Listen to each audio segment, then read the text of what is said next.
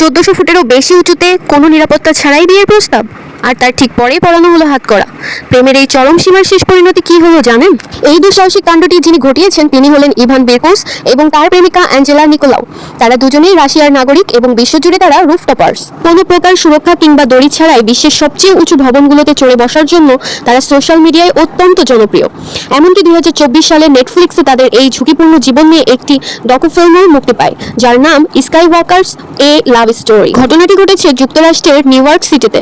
New ইয়র্কের 1454 foot অথবা প্রায় 443 মিটার উঁচু ঐতিহাসিক এম্পায়ার স্টেট বিল্ডিং এর একেবারে চূড়ায় থাকা মেইন এন্ট্রেনায় উঠে তারা এই কাণ্ডটি ঘটান। গত বুধবার অর্থাৎ 1 জুলাই 2026 দুপুরে ইভান ও অ্যাঞ্জেলা সম্পূর্ণ কালো পোশাক এবং মাস্ক পরে নিরাপত্তার চোখ ফাঁকি দিয়ে ভবনটির সীমাবদ্ধ 104 নম্বর তলার সিকিউরিটি লক ভেঙে ভেতরে ঢোকেন।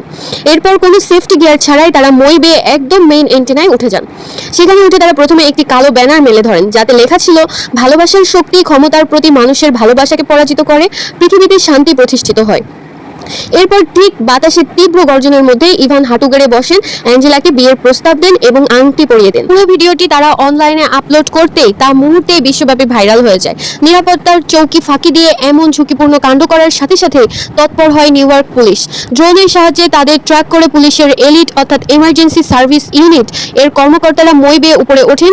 পুলিশ কর্মকর্তা উপরে পৌঁছে তাদের বলেন, আপনারা এখানে থাকতে পারবেন না। নিচে নেমে আসার সাথে সাথে তাদের গ্রেফতার করা হয়। মার্কিন প্রশাসন ও আদালত তাদের বিরুদ্ধে অত্যন্ত কঠোর পদক্ষেপ নিয়েছে। তাদের বিরুদ্ধে অবৈধ অনুপ্রবেশ, বেপরোয়াভাবে জীবন বিপন্ন করা, চুরি এবং সরকারি কাজে বাধা দেওয়ার মতো একাধিক গুরুতর ফৌজদারি অপরাধের মামলা বা চার্জশিট গঠন করা হয়েছে।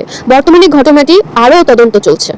আপনারা হয়তো ভাবছেন, কেন নিজের জীবন এভাবে হাতের মুঠোয় নিয়ে এমন পাগলামি করবে?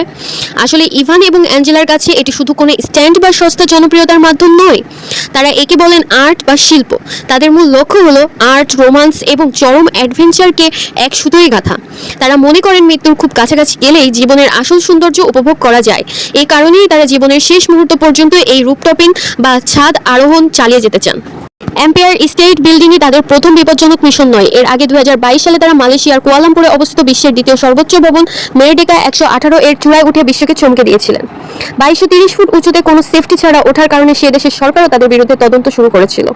এছাড়া চীনের সিংহাই টাওয়ার, দুবাইয়ের পিৎজা হাট সাইন সহ বিশ্বের বহু বিখ্যাত স্কাই ক্র্যাপারে তারা অবৈধভাবে চড়েছেন এবং প্রতি বছরই মৃত্যুর মুখ থেকে ফিরে এসেছেন। ইভান এবং অ্যাঞ্জেলার ভালোবাসার গল্পটাও সাধারণ মানুষের মতো নয়। তারা দুজনেই যখন আলাদা এই রুফটপিং করতেন তখন সোশ্যাল মিডিয়ায় একে অপরের কাজ দেখে পরিচিত হন। এরপর তারা একসঙ্গে মিশন শুরু করেন এবং এক পর্যায়ে একে অপরের প্রেমে পড়েন। এবার আসা যাক নিউ ইয়র্কের এই ঘটনার পেছনের আসল থ্রিলারে। এম্পায়ার স্টেট বিল্ডিং এর মতো একটি সুরক্ষিত ভবনের 104 তলার দরজা ভাঙা কিন্তু মোটেও সহজ ছিল না। পুলিশের রেকর্ড অনুযায়ী তারা রাতের আধারে বা খুব ভোরে লুকিয়ে সেখানে প্রবেশ করেননি। তারা একদম প্রকাশ্যে দিবালোকে দুপুরবেলায় কঠোর সিকিউরিটি ফাঁকি দিয়ে ভেতরে ঢোকেন। ড্রোনের ক্যামেরায় যখন নিউ ইয়র্কের পুলিশ তাদের মেইন এন্টিনায় ঝুলতে দেখে তখন পুরো কন্ট্রোল রুমে হইচই পড়ে যায়, কারণ সামান্য একটু বাতাসের ধাক্কায় তারা সোজা 1400 ফুট নিচে আশ্রয় পড়তেন। এই ঘটনার পর পুরো বিশ্ব জুড়ে যখন দুই দল তৈরি হয়েছে, একদল মানুষ ইভানের প্রপোজালকে পৃথিবীর ইতিহাসে সবচেয়ে রোমান্টিক এবং দুঃসাহসিক প্রপোজাল বলেছেন। অন্যদিকে বড় একটা অংশ বলছেন স্ট্রেভ সস্তা ভিউ আর প্রচারের জন্য নিজের জীবন এবং দেশের আইনকে এভাবে বুড়ো আঙুল দেখানো মোটেও হিরোইজম বা বীরত্ব নয়।